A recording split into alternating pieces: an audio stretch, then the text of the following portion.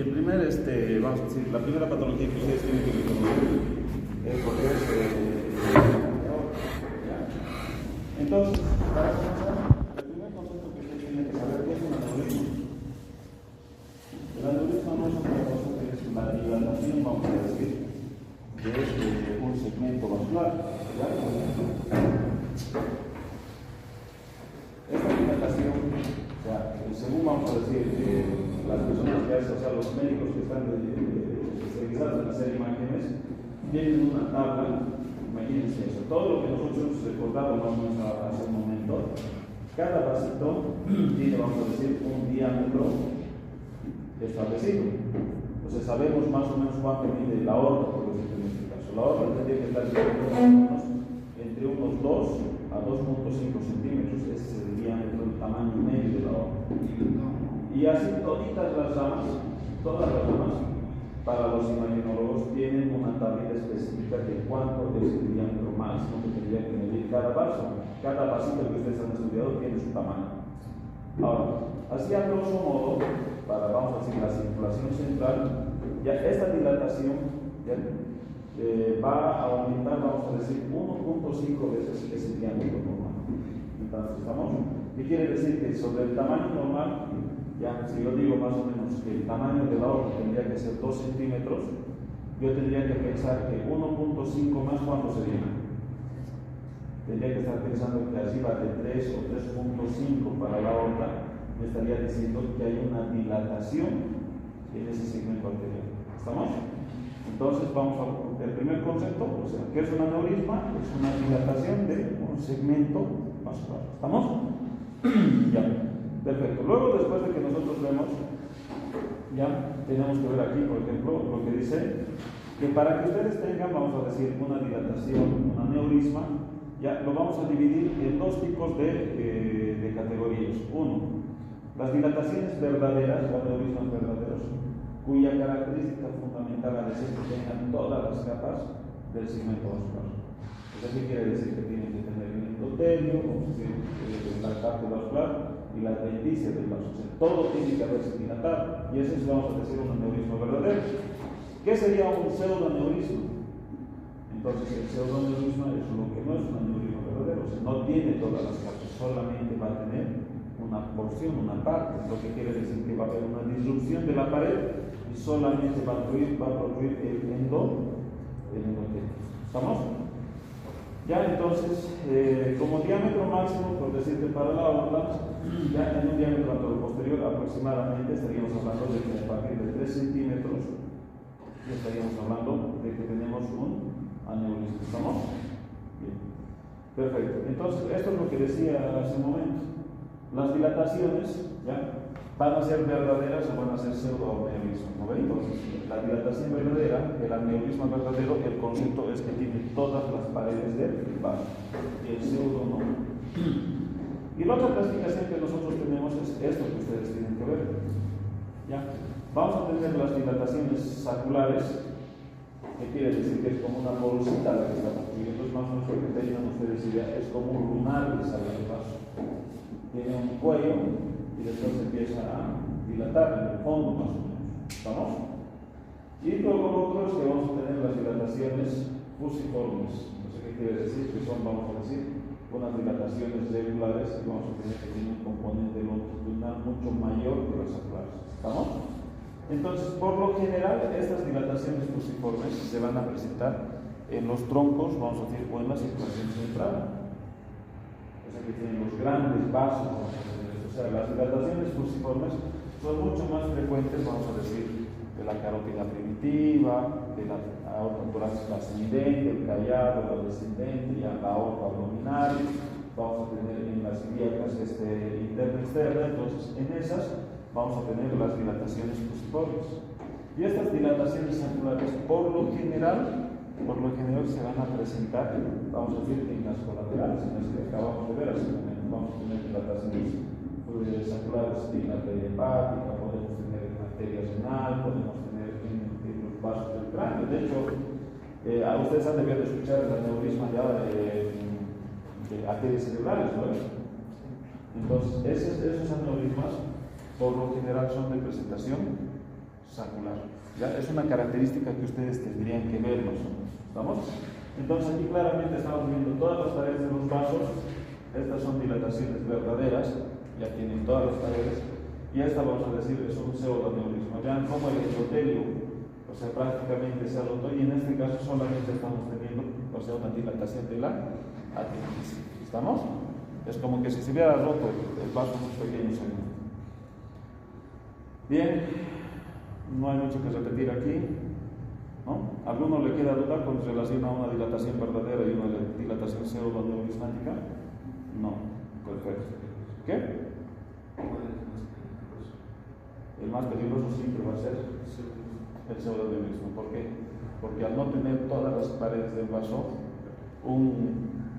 vamos a decir, un golpecito, una palpación, vamos a decir que el paciente puede hacer una maniobra de balsa o aumentar la presión, puede hacer que esto reviente, ¿no? ¿Estamos?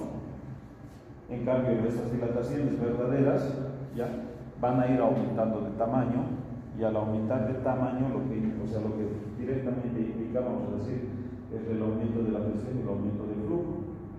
Entonces, cuanto más presión, más posibilidad de que en un momento determinado se rompa, ¿no? Y no es lo mismo, a medida que vayamos avanzando, no es lo mismo tener, vamos a decir, un aneurisma pequeño que tener un aneurisma gigante, precisamente por lo que les estoy diciendo. El aumento de la presión ha de ser lo que nos va a llevar a las complicaciones. Bien, según la clasificación, ya la forma fusiforme es mucho más frecuente, es la presentación mucho más frecuente, ya, de todos los aneurismas. ¿Ya? Y se relaciona más o menos en una relación de 2 a 1 en relación a lo que sería el sexo del paciente. O sea, que nosotros tenemos, vamos a decir, dilataciones aneurismáticas más frecuentemente en pacientes varones que en mujeres. ¿Ya? ¿Cómo se clasifica? Eso también es importante, la clasificación. Según la tabla, ya prácticamente los aneurismas son de localización intraabdominal. ¿Ya? Según la distribución, vamos a decir que la torácica, la toracoabdominal y la abdominal más o menos tienen, vamos a decir, en una clasificación general, el 33%, o sea que hay la posibilidad de que ustedes tengan aneurisma, vamos a decir, en la torácica, en la abdominal, ¿ya? O en la abdominal. Esta es una clasificación, vamos a decir, antigua, pero la última clasificación que ha salido ya directamente han visto que la clasificación del 90%, o sea, del 100% de los aneurismas, ya el 90% se encuentra actualmente, por la última clasificación, en lo que sería la localización infrarrenal. O sea, ¿qué quiere decir? Que el 10 al 15% están en la aorta torácica, ¿ya? Y el 90 al 95% va a estar en la localización abdominal. ¿Estamos? Entonces, por frecuencia, por prevalencia, los aneurismas se van a encontrar ¿dónde? En la localización abdominal. ¿Estamos? De hecho, la localización mucho más frecuente de este 90%, ¿ya? De la localización abdominal, el 90% de los aneurismas están en la localización infrarrenal. ¿Estamos?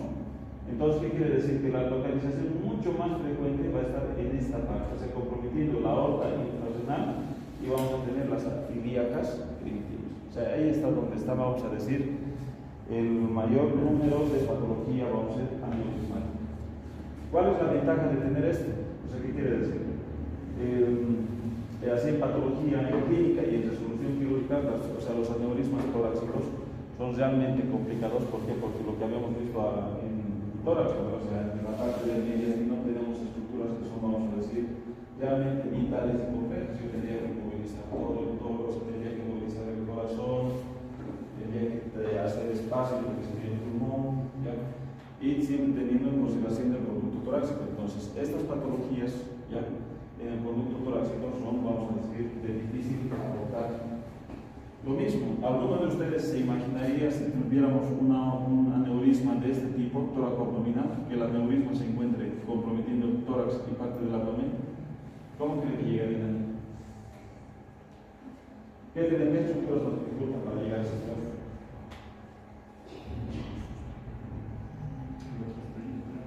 O sea, teníamos que mover todo lo lo que sería el hígado, tenemos que mover todo lo que sería el estómago. Por eso el abordaje de estos aneurismas es realmente complejo. En cambio, en la parte infrarrenal, yo creo que por alguna ventaja nos han dado es que el mayor número de lesiones, vamos a decir, se encuentran en esta parte infrarrenal, que esto sí es un abordaje sencillo, porque solamente tenemos que mover, o sea, medializar el intestino y de esa forma llegar directamente a identificar lo que sería la aorta infrarrenal. Ahora, si yo tengo aquí, ya en la parte del compromiso muscular de las vísceras, ya es mucho más complejo separarlas en lo que sería la parte torácica y la parte abdominal. ¿Por qué? Porque para esto, o sea, si yo tendría que reemplazar todo esto, imagínense el componente vascular que voy a tratar de reimplantar en la parte quirúrgica. O sea, tengo que reimplantar todo lo que es el trombocilía por la hepática, la esplénica, y eso realmente hace que la cirugía de estas localizaciones sea realmente compleja. En cambio, en la parte infrarrenal, ¿qué es lo que voy a tener? Solamente voy a tener las arterias lumbares, que de alguna manera por circulación colateral no me va a dar mucha manifestación clínica y no voy a tener que hacer muchas anastomosis aquí. Lo único que voy a tener que tener cuidado es con la mesentérica inferior, porque si yo no reimplanto esta mesentérica inferior, ¿qué es lo que voy a dañar directamente en el organismo? Todo lo que sería el colon izquierdo, el colon descendente, sigmoides y el recto. Bien, perfecto. Entonces, ¿cuáles son los factores de riesgo para tener patología vascular? Y esto es el común denominador de las patologías vasculares. O sea, los pacientes con patología, vamos a decir, con patología vascular son pacientes crónicos, ¿ya? Y en este caso lo que vamos a tener, la edad, es uno de los principales factores, la edad. ¿Por qué? ¿Por qué voy a tener, vamos a decir, la edad de ese factor de riesgo? Porque a medida que nosotros vamos creciendo, la síntesis de colágeno es cada vez menor. Al ser cada vez menor la síntesis de colágeno, ¿qué le va a pasar a esa piel? Va a ser más rígida y menos extensible. Y esa rigidez va a aumentar la presión en el vaso, que es uno de los fundamentos, o sea, uno de los factores fundamentales para que nosotros podamos tener este tipo de patologías. Luego la hipertensión. O sea, otro factor fundamental es la hipertensión arterial. ¿Cuántos pacientes que ustedes conocen son hipertensos hoy en día? Por la alimentación, la mayoría hoy en día, la patología hipertensiva, ya por el síndrome metabólico, la mayoría ya de por sí es hipertenso. El otro factor que nosotros tenemos es la aterosclerosis. ¿Qué es la aterosclerosis?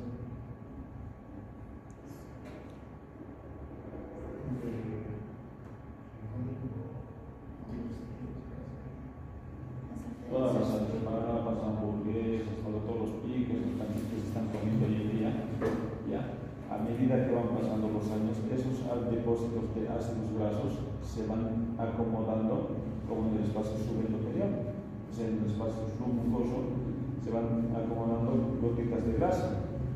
Y estas gotitas de grasa son las placas de ateroma. ¿Por qué? Porque a medida que van pasando los años, estas placas, o sea, estas gotas de grasa se van calcificando. O sea, ¿qué quiere decir? Que la aterosclerosis no es otra cosa que una cosa sobre que ya no estoy, sintetizando el vaso, o sea, el colágeno para la elasticidad del vaso, sobre eso que estoy aumentando ahora gotas de grasa, ya, colesterol y lípidos, que se están calcificando dentro del vaso.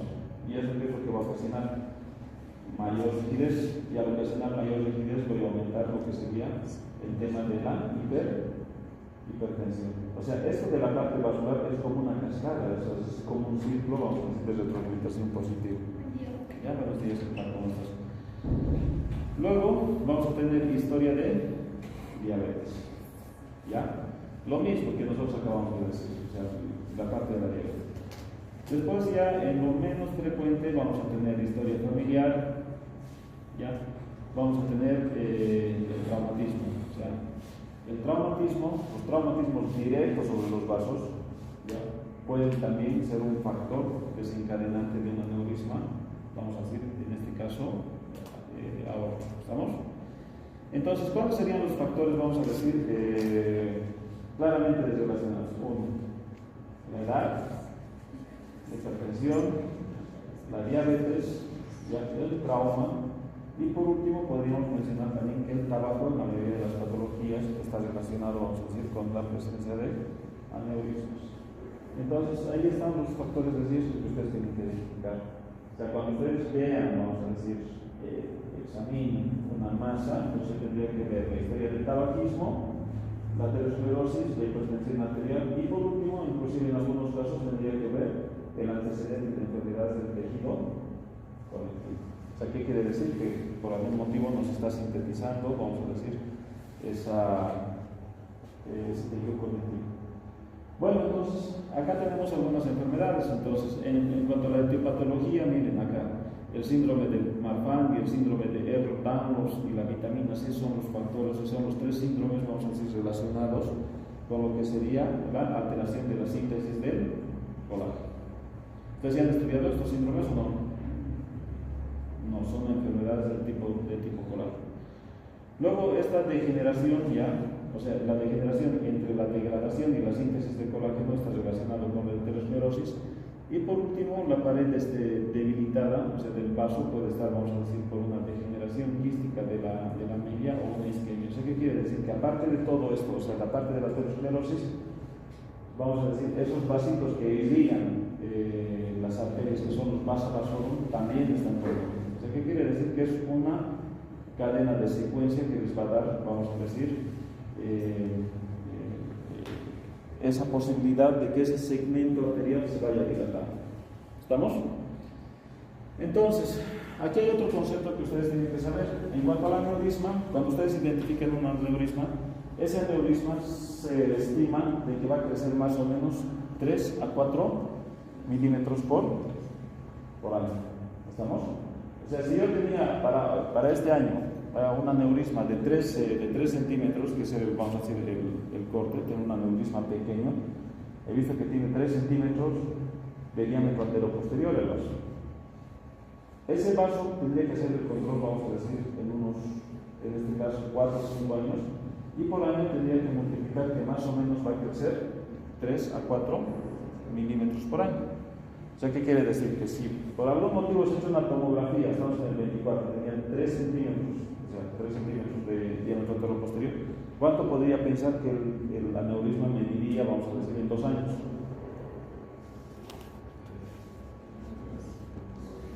Tendría que pensar que más o menos 3.5 a 3.8, más o menos, ¿no? Eso es el estimado. ¿Y qué pasaría si te hago la tomografía y vamos a decir, ese aneurisma está en 4 centímetros, o más de 4 centímetros? ¿Y para qué me sirve saber eso?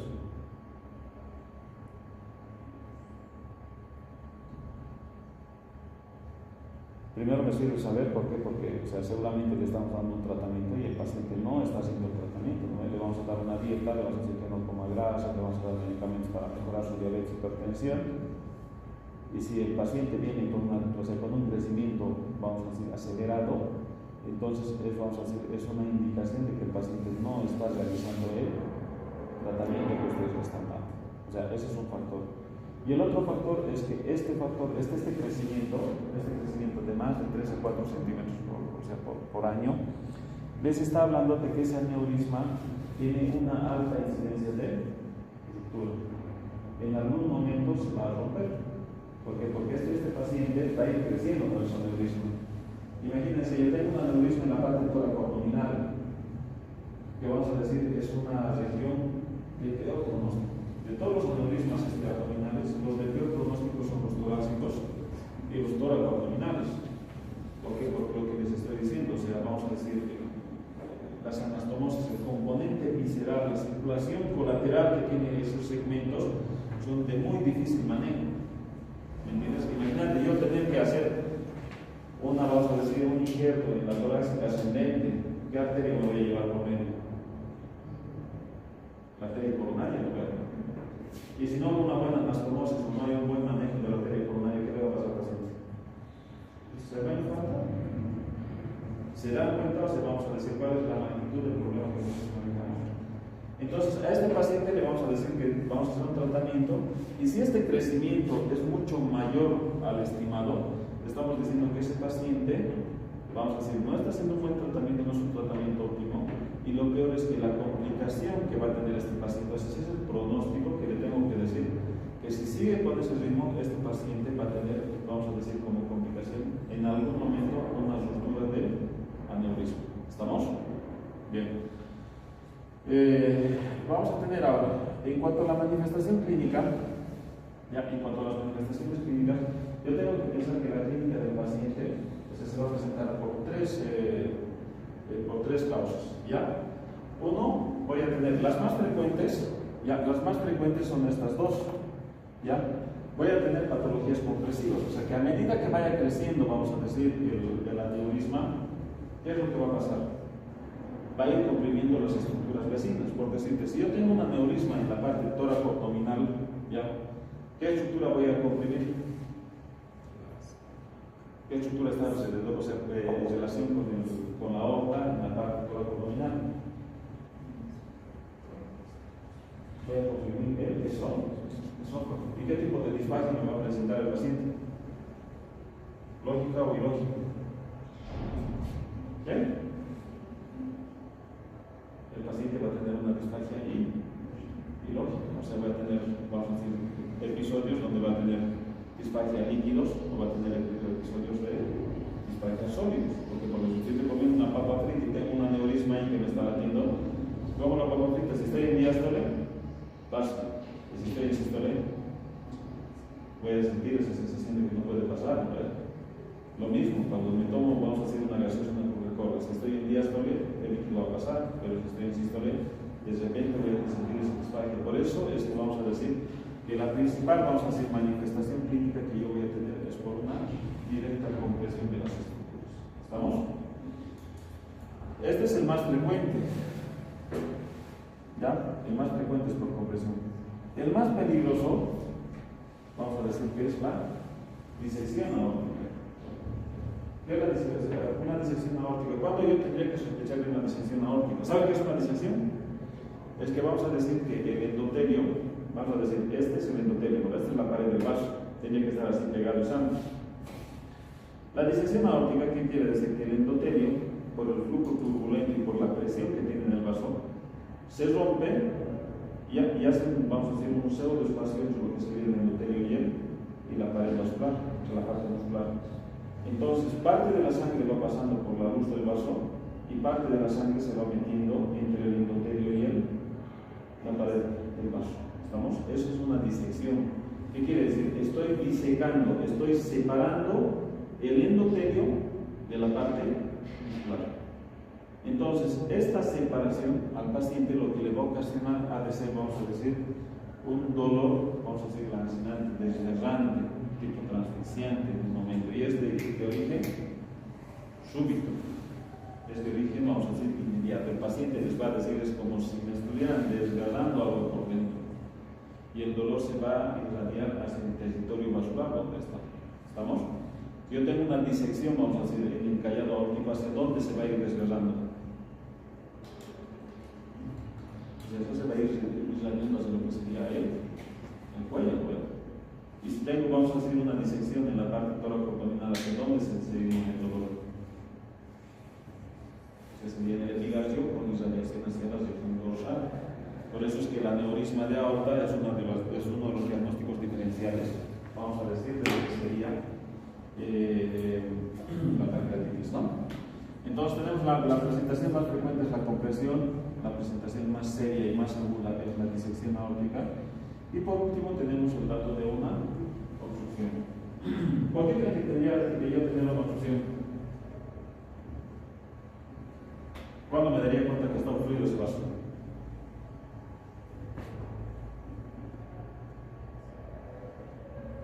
El paciente estaba aquí sentado con ustedes, que se oyó, ¿no? Yo estoy viejito en realidad. No fumo, pero ya estoy viejo, ¿no? Entonces, yo estoy aquí tranquilo dándoles una clase y luego se enteran una hora de aquí que estoy con una hemiplegia brachicular. No puedo mover, vamos a decir, ni el brazo ni la pierna. Entonces, ¿qué quiere decir? Que en este caso el aneurisma se ha obstruido. ¿Por qué se obstruye? Por la formación de un coágulo. Entonces, les había dicho al principio de la clase que yo voy a tener aneurismas que son saculares y voy a tener aneurismas que son fusiformes. Las fusiformes son de grandes vasos, es decir, de la circulación central. Las saculares son de las, vamos a decir, de los vasitos, vamos a decir, colaterales. Entonces, yo tendría que pensar que voy a tener una obstrucción ya cuando tenga una manifestación de, vamos a decir, de una alteración súbita en el flujo de ese territorio vascular, ¿no? ¿Entienden? ¿Dónde me voy a dar cuenta inmediatamente? En el sistema nervioso central, ¿no? El resto de los aneurismas saculares, de repente, no se manifiestan tan así agudo porque vamos a decir que de alguna manera hay una homeostasis, siempre hay un mecanismo compensador. De hecho, hay muchas veces que nosotros nos encontramos, vamos a decir, con aneurismas saculares de la arteria hepática, donde el hígado derecho está, vamos a decir, atrófico y el hígado izquierdo está hipertrófico. O sea, ¿qué quiere decir? Que ese vaso, vamos a decir, de la hepática del lado derecho, que se ha obstruido, le lleva menos sangre y, vamos a decir, el hígado se va atrofiando. No me he dado cuenta porque su hígado izquierdo está funcionando. Si tengo un aneurisma en la arteria renal, ya, de repente el paciente va a venir con dolor en la parte lumbar, ustedes van a pensar que es una infección urinaria, van a pensar que es un cólico renal, le hacen los estudios, le dan tratamiento, ya a lo mucho tendrá un microhematuria, ¿no ven?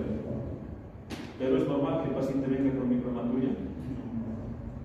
Sí, el paciente puede ser prostático, el paciente puede tener una pielonefritis, el paciente puede tener un cólico renal. ¿Cuánto se da cuenta pues, con un solo examen de orina que el paciente tiene un aneurisma? No a todos los pacientes con infección urinaria de Doppler.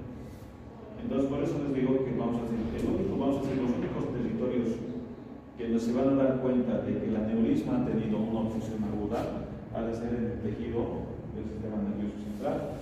Estos otros aneurismas, que son, vamos a decir, saculares, vamos a decir, sanos, vasos, viscerales, ¿van a presentar manifestación? Sí. Pero nos vamos a dar cuenta cuando ya, vamos a decir, o sea, empecemos a descartar y empecemos a pedir pruebas de imagen o estudios específicos. Entonces, yo le voy a pedir a un paciente, por decir, para hacer cólico renal en este caso, ¿no? ¿Qué le pedirían a ustedes un cólico renal? Mínimamente le van a pedir un examen de orina y una ecografía, ¿no? Ya. Le han dado el tratamiento y no ha mejorado. ¿Qué le va a pedir el especialista? Le va a pedir una una tomografía con contraste.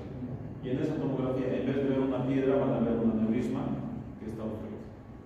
¿Se dan cuenta? Entonces, ¿cómo más o menos? Por eso les digo, la parte más frecuente, o sea, la parte de presentación es por compresión de estructuras que van a estar en directa relación, vamos a decir, con los vasos aneurismáticos. La presentación más aguda y más difícil de peor pronóstico es la disección, ¿ya? La disección que les he dicho ya. Esto prácticamente, ¿qué sería? Esta es vamos a decir, un aneurisma fusiforme, pero ustedes están viendo que la adventicia se ha separado de la pared. Entonces, esto es una disección aórtica, ¿ya? Esto es agudo, ¿ya? Y este es el paso previo, la antesala, vamos a decir, la sala de espera para que esto en algún momento, si yo vengo de aquí, ¿qué va a pasar con esto? No, va a romperse. O sea, yo tengo aneurisma de aorta, disección de aorta y ruptura aórtica. ¿Qué prefieren tener? ¿Cuál escogen? Ninguno, ¿no? Ninguno. Pero imagínense, el aneurisma va a ser una patología arterial que va a ser, lo que les decía hace rato, va a ser crónico. Ya con la disección aórtica ya estoy teniendo una patología que va a ser de presentación vascular y va a ser aguda.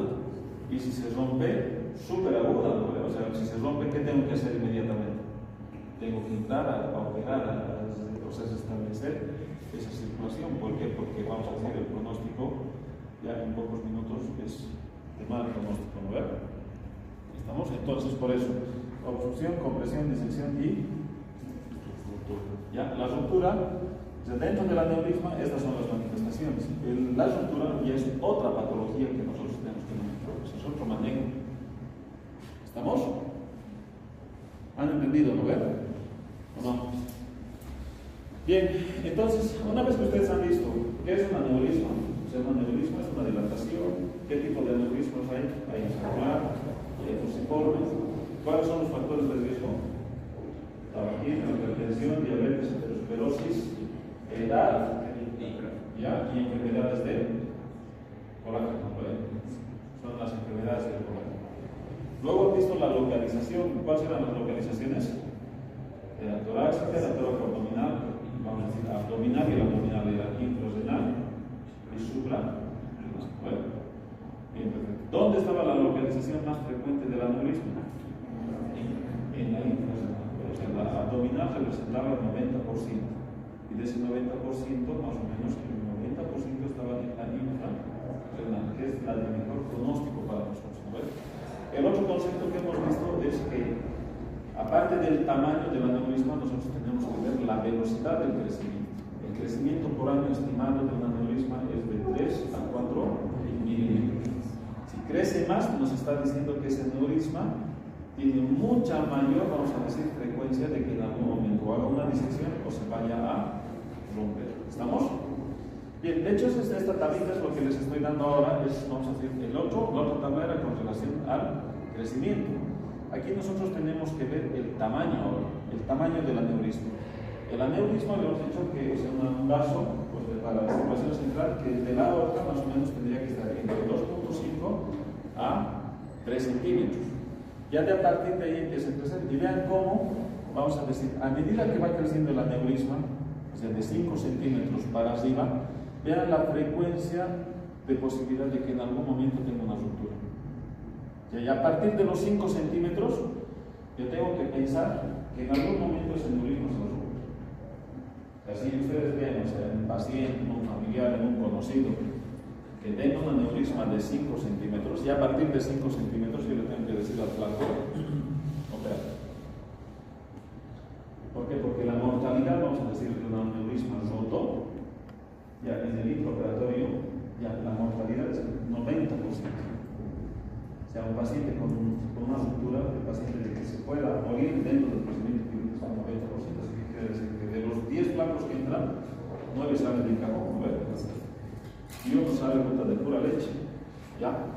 Entonces, a partir de los 5 centímetros, vean, entre los 5 y 6 centímetros la posibilidad de ruptura está en 25%, de 6 a 7, 35%. Y vean cómo a partir de 7 centímetros, el 75%, ya, vamos a decir, a corto plazo va a presentar una ruptura. ¿Estamos? Bien. Entonces, hoy la indicación quirúrgica es que a partir de los 5 centímetros ya tenemos la indicación quirúrgica. Uno, habíamos dicho que la velocidad de crecimiento, y dos, el tamaño del aneurisma. ¿Estamos? El tamaño del aneurisma, más de 5 centímetros es quirúrgico. Bien, mortalidad operatoria. Vean, la mortalidad operatoria del aneurisma aórtico roto está entre 35 y 70%. O sea, esto inclusive está subestimado porque la mortalidad llega hasta el 90% en la mayoría de las patologías. Y la mortalidad operatoria en el tratamiento programado, vean, 8 a 10%. Comparamos este 10% con el 70%, ¿qué prefieren? ¿En crónico o en agudo quieren operarse? En agudo, ¿no ve? Más adrenalina para el cirujano. ¿O no? Más adrenalina significa más cash, ¿no ve? Mientras más estrés el cirujano, más ganas. ¿No ve o no? ¿Qué prefieren operar? ¿Una apendicitis congestiva así, 2 horitas, 6 horitas de apendicitis? ¿O prefieren operar una apendicitis de 10 días? Más adrenalina para el cirujano significa más cash. Entrada, si tiene una peritonitis, la apendicitis está perforada, ahorita tenía que ser la apendicitis, una llaga, una micolectomía derecha, ¿no? ¿Qué les parece? Más adrenalina, ¿no? ¿O no? Más adrenalina, más cash. Depende. ¿De qué? Si es público o privado. Sí, eso sí es cierto. Pero ¿qué prefieres operar en el público? Madre se muera, ¿no?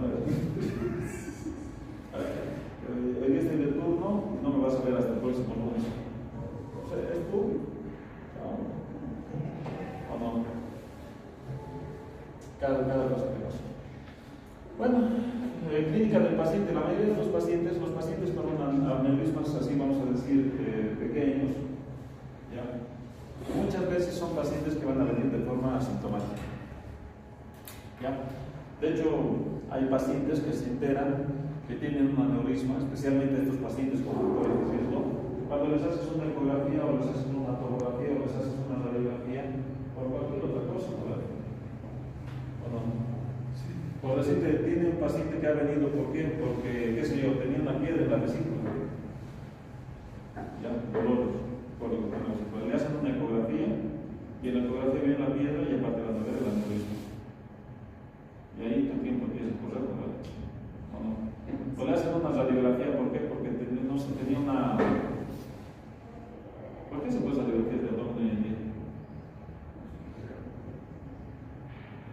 Pues libre la radiografía de abdomen. Se dan cuenta a medida que van pasando los años, hay algunos estudios que ya se están quedando para atrás. Imagínense el paciente ha tenido una diarrea, por decirlo, ¿no? Repite una radiografía de abdomen, la radiografía de abdomen te ve como niveles. Ya, por decirte, tenía sospecha de una apendicitis por el tipo de dolor, ¿no?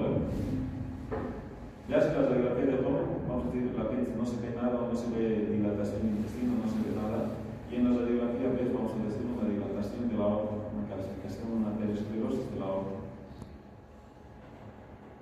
¿Se entiende? Entonces, la mayoría de los pacientes, como vamos a decir, van a venir asintomáticos y no mucho cuando ustedes hagan la exploración física en este tipo de pacientes, vamos a tener una masa pulsativa, es una masa que está latiendo. ¿Ya? Esta masa pulsativa ustedes la tendrían que ver especialmente, vayan a buscar, vamos a decir, los pacientes delgaditos, los pacientes, vamos a decir, con diámetro anteroposterior abdominal reducido, no los gorditos, ¿no? Porque son los gorditos más difíciles de tocar. ¿Ya? Y en pacientes ancianos. Esta patología es realmente, aquí en Bolivia no hay una estadística.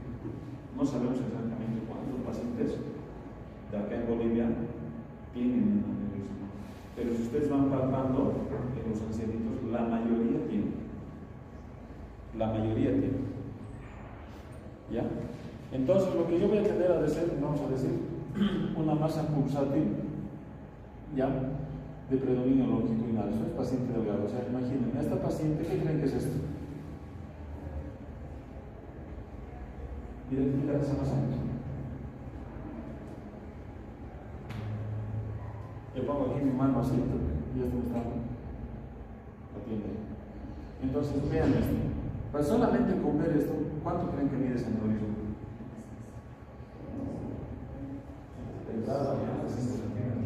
Seguro que es más de 5 centímetros. Segurísimo. O sea, ya cuando ya veo una paciente así, por eso les decía, tienen que palpar, y esta, o sea, para hacer el diagnóstico yo tengo que palpar una masa pulsatil, ¿ya? Y a los auscultación tengo que encontrar un soplo continuo, ¿verdad?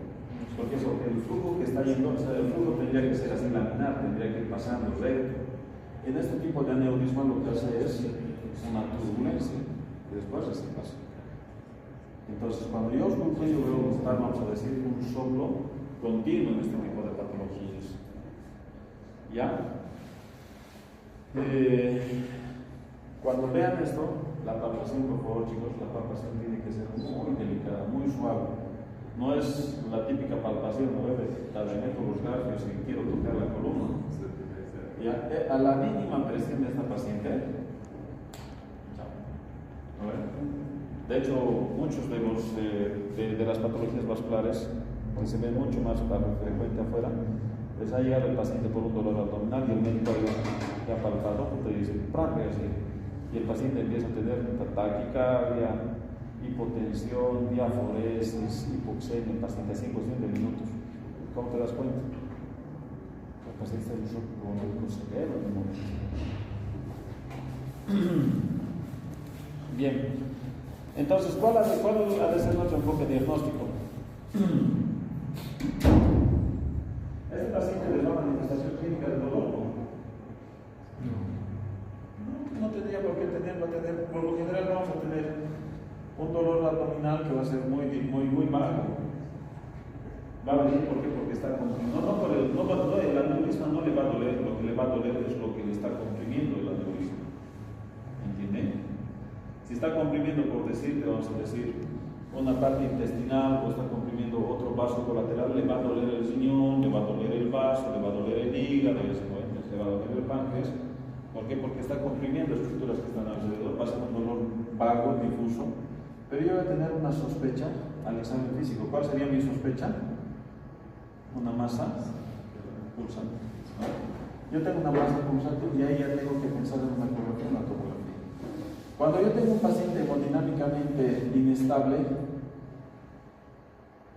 el paciente está taquicárdico, el paciente estaba caminando y te dice, no, estaba caminando, he levantado una bolsa, o ha levantado una bolsa, un peso, inmediatamente ha empezado con lo que les decía, ¿no? Taquicardia, hipotensión, diaforesis. ¿Qué podrían pensar en ese paciente? ¿Qué tendría que sospechar, vamos a decir, de un aneurisma de aorta roto? ¿Se entiende? Entonces, ¿qué le voy a pedir? Una angiotomografía. No debe de esperarse de ecografía. Y vean acá cómo la ruptura de, o sea, una sospecha de una ruptura de aneurisma es directamente cirugía. Bueno, lo que les había dicho a ustedes, síntomas de obstrucción, de disección y de ruptura. ¿Ya? Pero aquí de repente nos falta un poquito, aquí entre la sospecha de aneurisma de aorta roto tendría que poner diferencial de la disección de aorta. ¿Cómo podría yo pensar que es una disección de un aneurisma roto?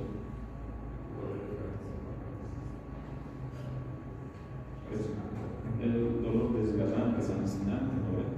Y ese dolor desgarrante, lancinante, va a estar relacionado con hipotensión taquicardia.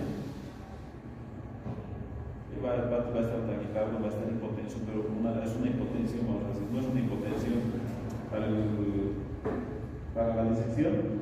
Voy a tener presiones normales, voy a tener presiones bajitas, no voy a decir leves, 90-50, 90-40, y así, como que algo no está bien en la presión arterial. Pero con una, ¿qué? ¿En la disección? En la disección no. Por eso, o sea, lo que yo voy a tener, lo característico de la disección es el dolor desgarrante, lancinante, es como si te estuvieran arrancando un brazo, ¿entiendes? O te estuvieran separando la oreja, ¿no? Alguien empezó a retirar tu oreja, ese es el dolor desgarrante, ese es el dolor que siente la disección. Pero el componente hemodinámico en una disección no es tan marcada como cuando se rompe. Imagínate romperle la aorta. ¿A cuánto va a caer tu presión?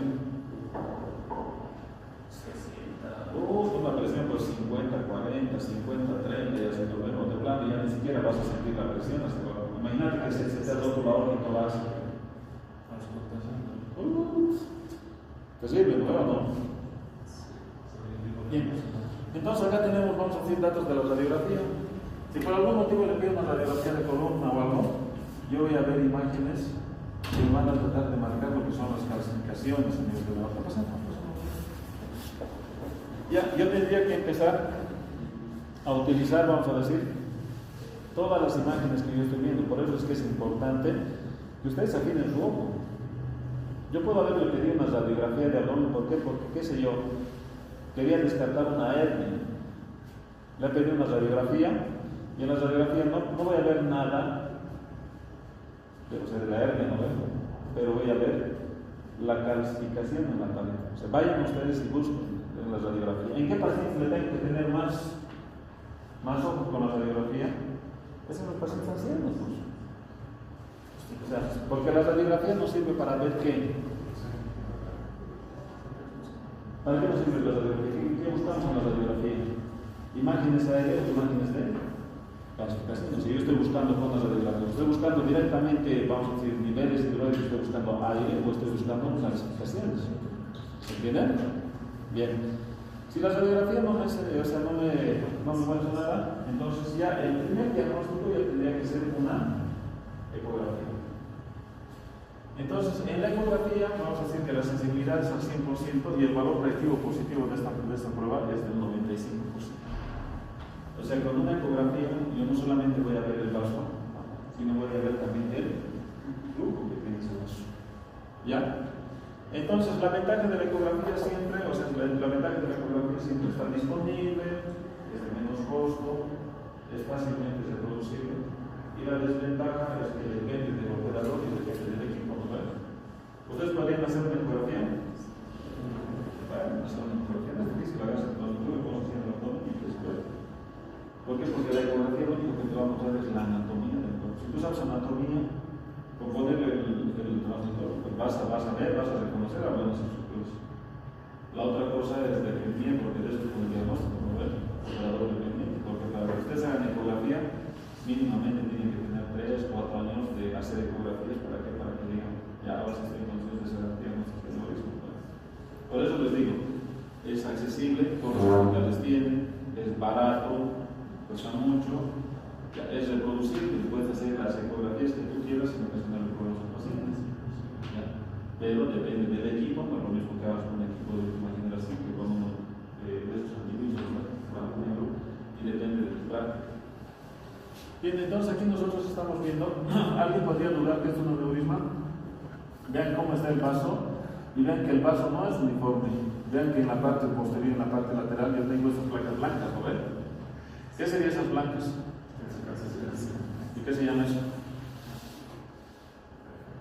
Aterosclerosis. Si yo estoy viendo aquí, vamos a decir, para este paso, si yo miro de aquí a aquí, seguramente tiene más de 3 centímetros y estoy viendo placas de aterosclerosis. Aquí estoy viendo un aneurisma, vamos a decir, que probablemente sea fusiforme, pero es leve, no es pequeño.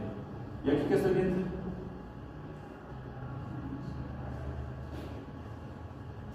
¿Este aneurisma ahora está así? Le he puesto doble, le he puesto antipobre. ¿Qué ven aquí?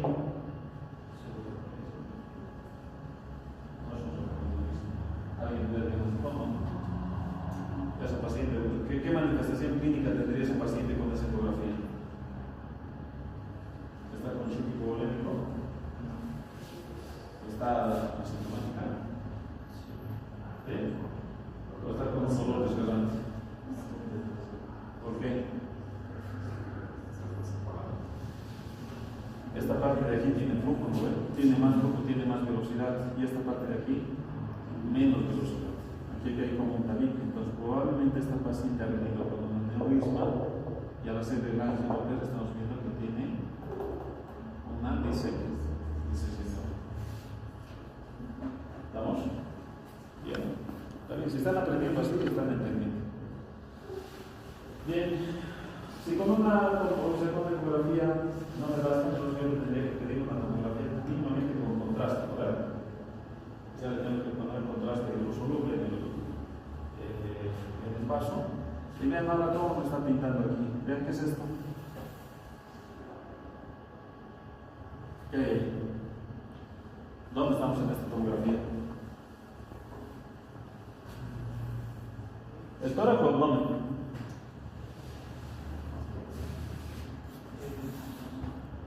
Ya pues chicos, vamos rápido. ¿Tórax o abdomen esa tomografía? Abdomen. ¿Qué? Abdomen. Sin ir lejos, ¿no ve dónde está más frecuente el aneurisma? En el abdomen. ¿Y en el abdomen cuál era el más frecuente? El infrarenal. Esta tomografía probablemente es un aneurisma infrarrenal, porque está ya sería el colon ciego, colon ascendente, y ven aquí las heces intestinales. Y ven el aneurisma. ¿Se ve no ve el aneurisma o no? ¿Está calcificado o no? ¿Sí o no? Tiene placas de calcificación aquí. Bueno, de hecho, no es tan grave, pero sí está calcificado. Ahora comparen esta tomografía con esta tomografía. ¿Qué es eso? ¿Qué les parece esa tomografía que está ahí?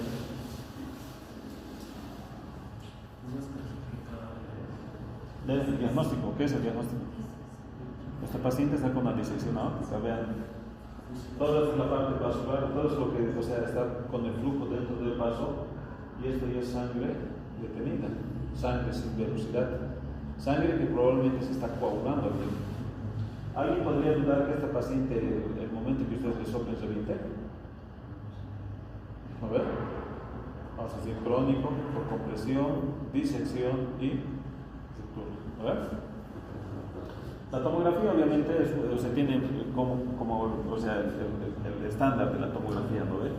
Te da el tamaño, te da la localización, te da las relaciones, ¿ya? Pero la desventaja es de que esto no está disponible, o sea, no es disponible en todos los servicios, ¿ya? Y eso es lo que le ocasiona, vamos a decir, la posibilidad de que se dificulte el estudio con la tomografía. Obviamente la sensibilidad y la especificidad casi están cercanos al 100, ¿no ve? ¿Alguien podría dudar en esa tomografía que era un aneurisma o no? ¿Sensibilidad? Al 100%.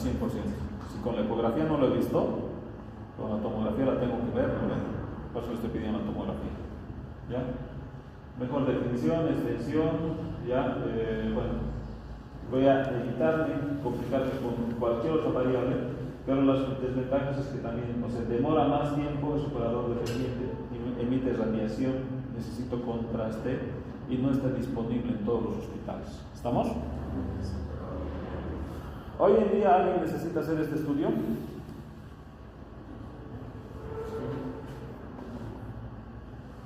¿Necesitaría ser un angiotax o no?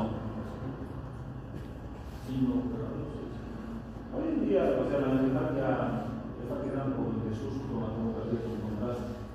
¿Por qué? Porque la tomografía es, o sea, la angiotax, vamos a decir, es un método invasivo. Yo le tengo que hacer una función al paciente y tengo que pasar el contraste por la función. Y esa función tiene sus complicaciones. ¿Ya? Imagínate que te pulsen, el riesgo de función de esta arteriografía es que tú le pulses y obviamente la complicación es menor, pero se te forma un coágulo y te va a ocasionar una obstrucción arterial aguda. Hay pacientes que han perdido la pierna, ¿por qué? Porque se ha obstruido la arteria femoral y no se han dado cuenta. Entonces yo le voy a poner contraste, obviamente es de mucha mejor calidad de la tomografía, pero ¿cuál es la desventaja de este estudio de la angiografía con relación a la tomografía?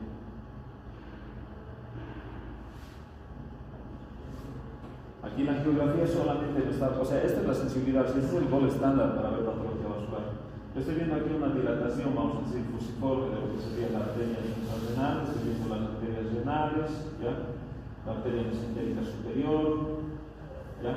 Pero lo que la arteriografía no me está mostrando, y es la desventaja con la tomografía, es la relación con las estructuras vecinas. Aquí están viendo la columna vertebral, están viendo, vamos a decir, el intestino o la vena cava, ¿están viendo aquí o no? No, solamente están viendo la arteria. ¿A ver? Y hoy en día, ya, la tomografía ha llegado a esto. Vean, esta imagen que es una arteriografía, ya la comparen con esta. Esto es una tomografía con reconstrucción tridimensional. La tomografía nos ha solucionado, o sea, muchas cosas. Yo sospecho de un aneurisma, sin saber absolutamente nada, le pido una tomografía y le pido reconstrucción. El tomografista me va a mandar esto. ¿Alguien tiene duda de que es un aneurisma? No, ¿no ve? Entonces todo lo que están estudiando no sirve. Oye, te llega el estudio, te piden el estudio y después de la tomografía. Bien. Lo que les decía, la angiografía es invasivo, es costoso, es también operador dependiente. Aquí sí, ya no lo puede hacer cualquiera, aquí sí lo tiene que hacer una persona que ya tiene experiencia, vamos a hacer en contrastes. Y el riesgo de complicaciones, vean, hemorragia, perforación y embolización. Entonces, ¿qué quiere decir? Que por mala suerte puede formar un coágulo y, como te digo, puede hacer una obstrucción arterial aguda. Entonces, ¿le darían a este paciente anticoagulante o no? No, ¿verdad? O sea, por eso estás entre la espalda y la pared, anticoagulo o dejo que se mueva su pierna. Lo derivo, ¿no? No es de rutina, ya no es de rutina, chicos. Bien, entonces, aquí, ¿qué estamos viendo en esta arteriografía? ¿Qué es esto? ¿Aneurisma dónde?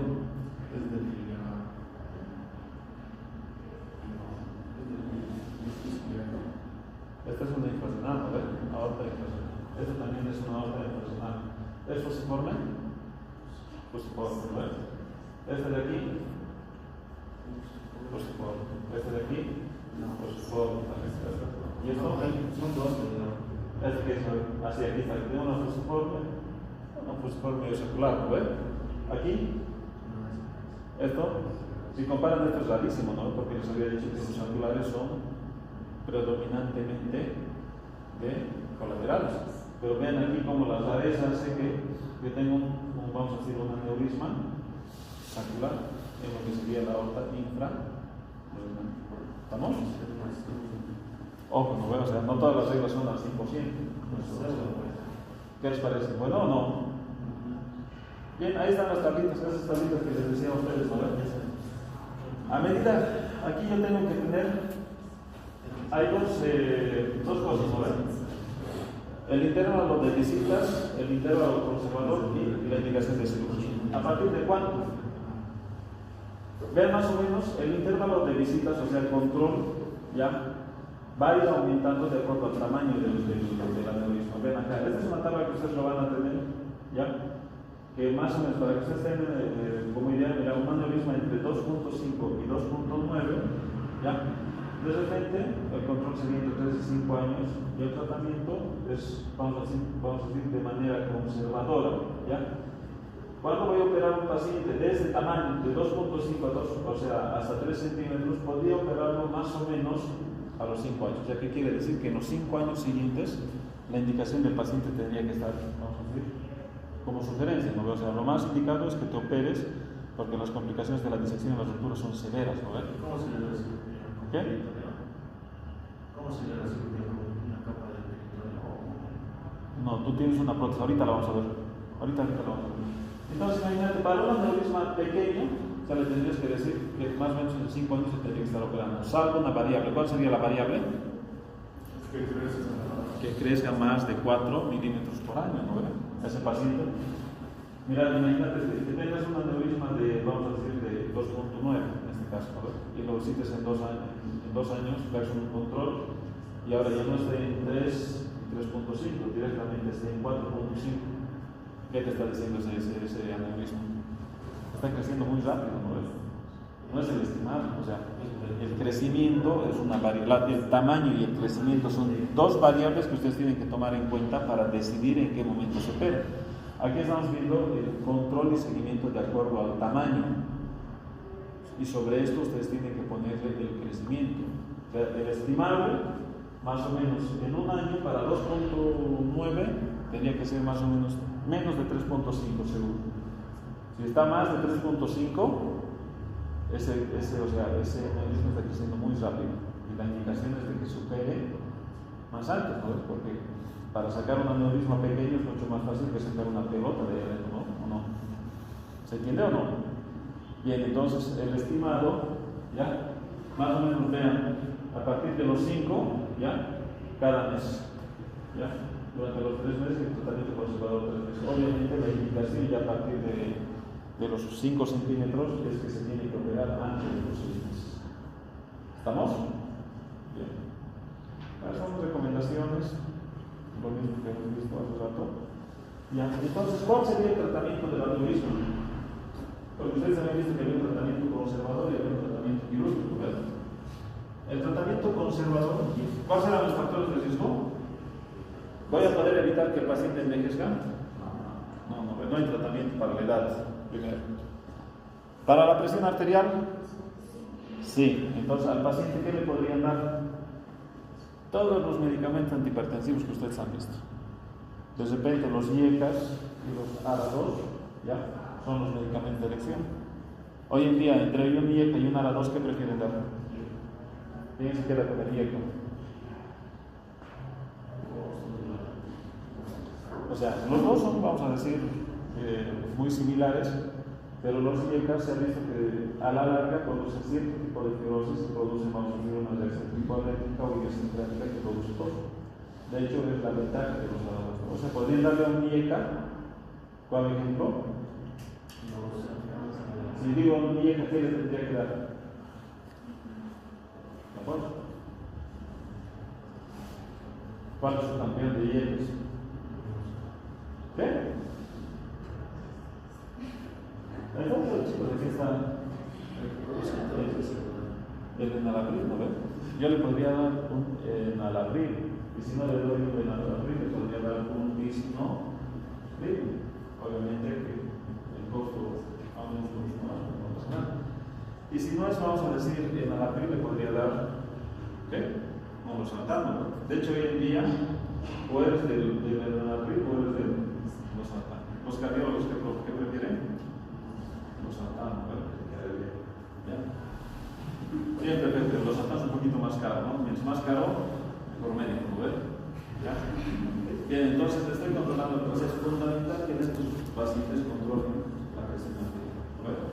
Lo otro fundamental que yo tengo que controlar es el tema de la diabetes. Para la diabetes tendría que darle o insulina o metformina. Hay otro medicamento.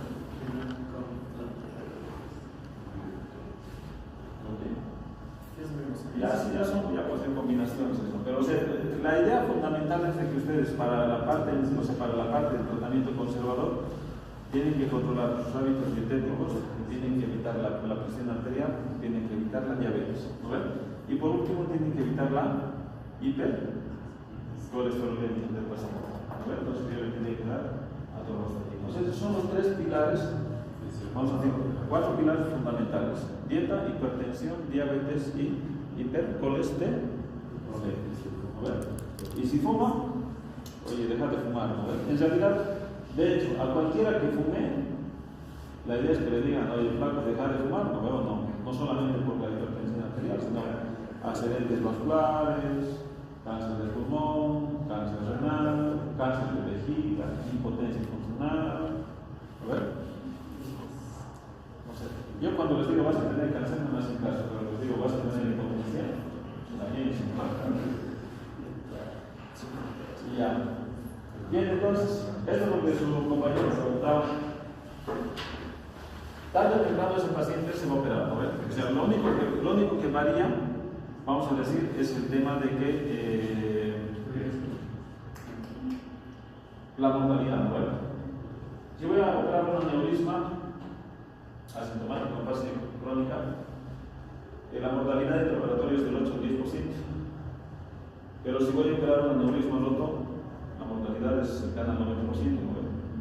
Entonces, esa es la única diferencia. Entonces, lo que se hace, por lo general, lo que se hace es este tipo de prótesis, el Dacron y el PTF. O sea, son segmentos protésicos. ¿Ustedes han visto la malla de Prolene? Sí. Es la malla de Prolene, es un tejido inorgánico que genera fibrosis, ¿verdad? No es inflamatoria, genera fibrosis. Eso es lo que hace la malla de Prolene. Es muy parecido a eso, vamos a decir, el Dacron y el PTF. PTF, aquí tienen las características. El PTF es un segmento tubular, es un material protésico, es como una manguera más o menos que ustedes puedan comparar. La característica del PTF es que es lisa, esto de aquí. Es como un segmento tubular, es como un tubo así, liso. Por ende, este segmento liso tiene menos riesgo de trombosis. O sea, ¿qué quiere decir? Es más fácil que la sangre pase en un flujo, vamos a decir, lineal aquí. Sí, ¿no? Entonces pasa eso, Y tiene como una recubierta externa, como un material tipo colágeno, biológico obviamente, que recubre, vamos a decir, este plástico por fuera. ¿Cuál es la característica, la diferencia del Dacron?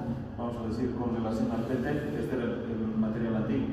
El Dacron, la característica del Dacron, que son injertos autoilíacos, es que el Dacron era como si fuera la cuerda de piano. ¿Ustedes han visto el tubo conjugado de la anestesia? De la máquina de anestesia. Es como un acordeón, ¿no? El Dacron, los primeros injertos de Dacron que sacaron fueron así como más o menos como ese tubo conjugado, es como acordeón. ¿Qué es lo que le ocasionaba al injerto? Es que dentro haya flujo turbulento. Y si había flujo turbulento, ¿qué le pasaba a la sangre? Tenía tendencia a formar coágulos. O sea, ¿qué quiere decir? Que este Dacron ya directamente era anticoagulado de por vida, ¿no? El paciente, para evitar esa complicación. Después, como han visto que el riesgo de complicación y el manejo del paciente anticoagulado era muy complicado, entonces han mejorado la técnica y han traído un PT. Entonces, ¿cuál es la técnica? Cuando yo tengo un aneurisma, lo que hago es, vamos a decir, hacer un periodo de isquemia. Yo tengo que identificar el segmento arterial y tengo que obstruir el flujo sanguíneo. Se tienen que hacer periodos de isquemia a la parte distal y a la parte proximal. Entonces, yo cuando estoy planteando el segmento vascular que yo voy a operar, yo tengo que empezar a contar los minutos, porque los minutos cuentan. Y les tengo que decir al anestesiólogo, planteo, confusión, ¿no? Y el anestesiólogo tiene que estar contándote los minutos para que descampees, vamos a decir, el segmento vascular. ¿Por qué? Porque tiene que empezar a pasar flujo. O sea, el periodo de isquemia, vamos a decir, hacia la parte distal, tiene que ir nuevamente perfundirse. Obviamente va a haber sangrado, va a haber flujo, así que, pero tienes que tratar de que esos flujos sean los menores El periodo más o menos así, no hay un periodo exacto, porque mucho depende del tipo de paciente. No es lo mismo operar a un paciente de 60 kilos que operar a un de 120, ¿no? Eso es lo que te complica. Entonces, lo que tú tienes que ver es que el tiempo más o menos de espera está entre 20 y 25 minutos. O sea, agarras y dices ya, si es gordito, a los 18, 19 ya y tienes que hacer que el flujo nuevamente perfunda la extremidad inferior. Ya, y si es flaquito, 20, 25 minutos, y así. Y tienes que empezar a correr, abres y cosas con la cirugía. ¿En qué consiste la cirugía? Yo identifico el segmento, vamos a decir, aneurysmático, y lo único que hago ya es hacer la apertura de la cara anterior. O sea, no es que voy a ir y voy a cortar todo el segmento del aneurisma. Lo único que hago es hacer una apertura de la cara anterior. Una vez que hago la apertura de la cara anterior, y este es el segmento, vamos a decir, la parte más complicada, es identificar. ¿Qué tengo que identificar?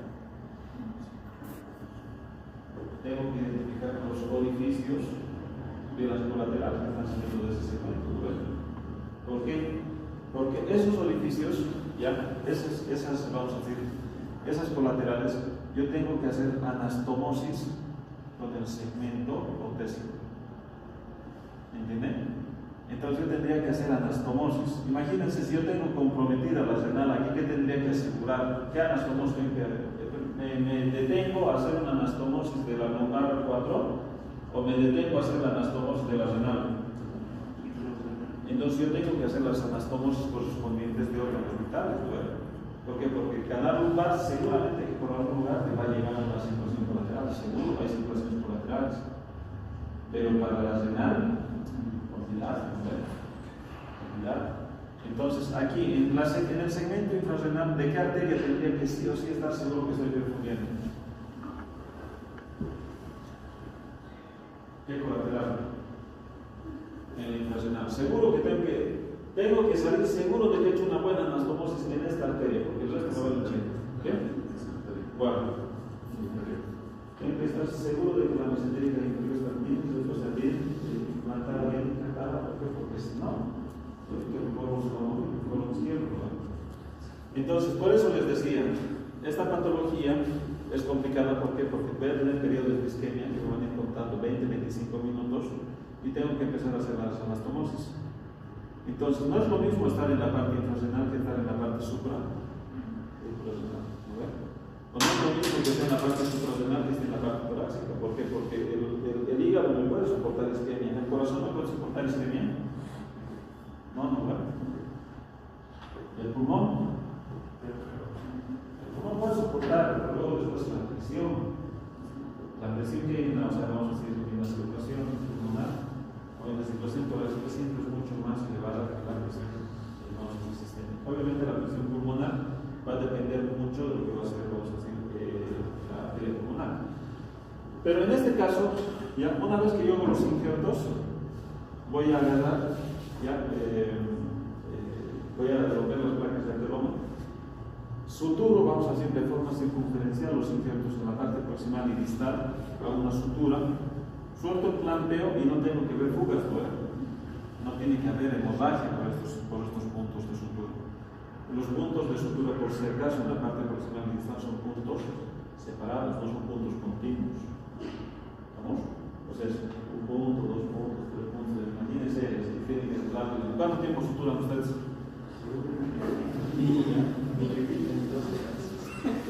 Entonces, una vez que termino la cirugía, el mismo tejido, la misma adventicia y la misma pared del vaso, lo voy a pegar, lo voy a cubrir. Es como esta manga más o menos. Tengo que poner el material protésico y luego tengo que poner la manga arterial del costado. ¿Se entiende? Y después me voy. ¿Ya? ¿Han entendido? Bien. ¿Qué material protésico prefieren? ¿Nylon o PTF? PTF, menos riesgo de coagulación. Obviamente el paciente puede ir antiagregado o anticoagulado dependiendo de la patología, pero es mucho mejor que nylon. ¿Dónde prefiero operar? En el infrarrenal, y es la localización más frecuente. Ahí inclusive hay aneurismas, la mayoría de los los aneurismas inclusive pueden tener compromiso de las ilíacas periféricas. O sea que estos injertos pueden venir así simples o puede ser aorto y ilíaco. O sea, ¿qué quiere decir? Es como o sea, el injerto mismo y es como, vamos a decir, como si estuvieras teniendo una copia, una prótesis de lo que sería el segmento, vamos a decir, interior del aorta. ¿Estamos? Bien. Ya. La otra parte, ya, nadie va a dudar, ¿no ven? Cuando la indicación es de cirugía abierta, nadie va a dudar seguramente de hacer cirugía abierta cuando el paciente tenga, vamos a decir, una ruptura aórtica. ¿No ves? Cuando el paciente ya se azotó, chao, no ves, o sea, es abierto, mortalidad 90%. Ya, esa es la técnica, esas son las prótesis. Y los pacientes que tienen disección aórtica o tienen un aneurisma aórtico, ya, seguramente la opción que cada uno de nosotros elegiría es que en medio del vascular, presentando vascular, nos ponga una prótesis expansible. ¿Se entiende? Entonces, esta prótesis expansible, ya obviamente, ¿cuál es la desventaja? Pero obviamente de esto. O sea, la prótesis expansible es como cuando ustedes tienen enrollado un segmento tubular y a través de una punción, ya tiene una, vamos a decir, una arteriografía, una tomografía, van a ir subiendo con la punción y van a identificar el segmento aneurismático. Una vez que están ahí adentro, sueltan la prótesis y la prótesis se expande. ¿Ya? Una vez que se expande, entonces la disección aórtica o el aneurisma aórtico como que van a aislar. ¿Se me ve o no? ¿Entienden? El segmento expansible es como más o menos como los resortes de la cama. ¿Han visto los resortes de las camas nuevas? Así que dicen como y se van alargando o disminuyendo de acuerdo a la presión que hay. Entonces son como esos resortes. Sacas y es como un encejado, ¿claro? Es como una malla más o menos. Y se abre y se adhiere a la pared. Y en ese caso vamos a decir que es el procedimiento menos invasivo que pueda tener el segmento. ¿Cuál es la desventaja de estos segmentos? O sea, ¿en qué pacientes no podrían este paciente autoexpansible? ¿Qué? No. O sea, ¿cuál es la desventaja? ¿En esto voy a poder hacer anastomosis o no? O sea, el material autoexpansible es, vamos a decir, es el menos invasivo, es el más rápido, vamos a decir, es un poco más costoso que las otras prótesis. Pero el problema es de que la situación colateral de ese segmento no está 100% asegurada. Yo estoy poniendo una prótesis ahí que va a dirigir el flujo sanguíneo, pero si por algún motivo comprime, vamos a decir, la colateral, puede tener una isquemia necrosis de los segmentos. ¿Estamos? Entonces, ¿dónde voy a poner esto?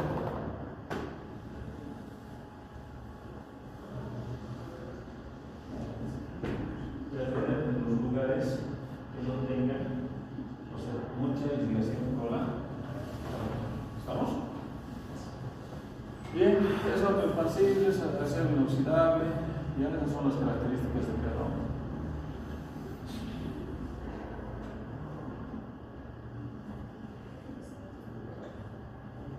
¿Qué hora es, chicos? Ya vamos a parar aquí entonces. La próxima vamos a ver la sección de aorta ya. No,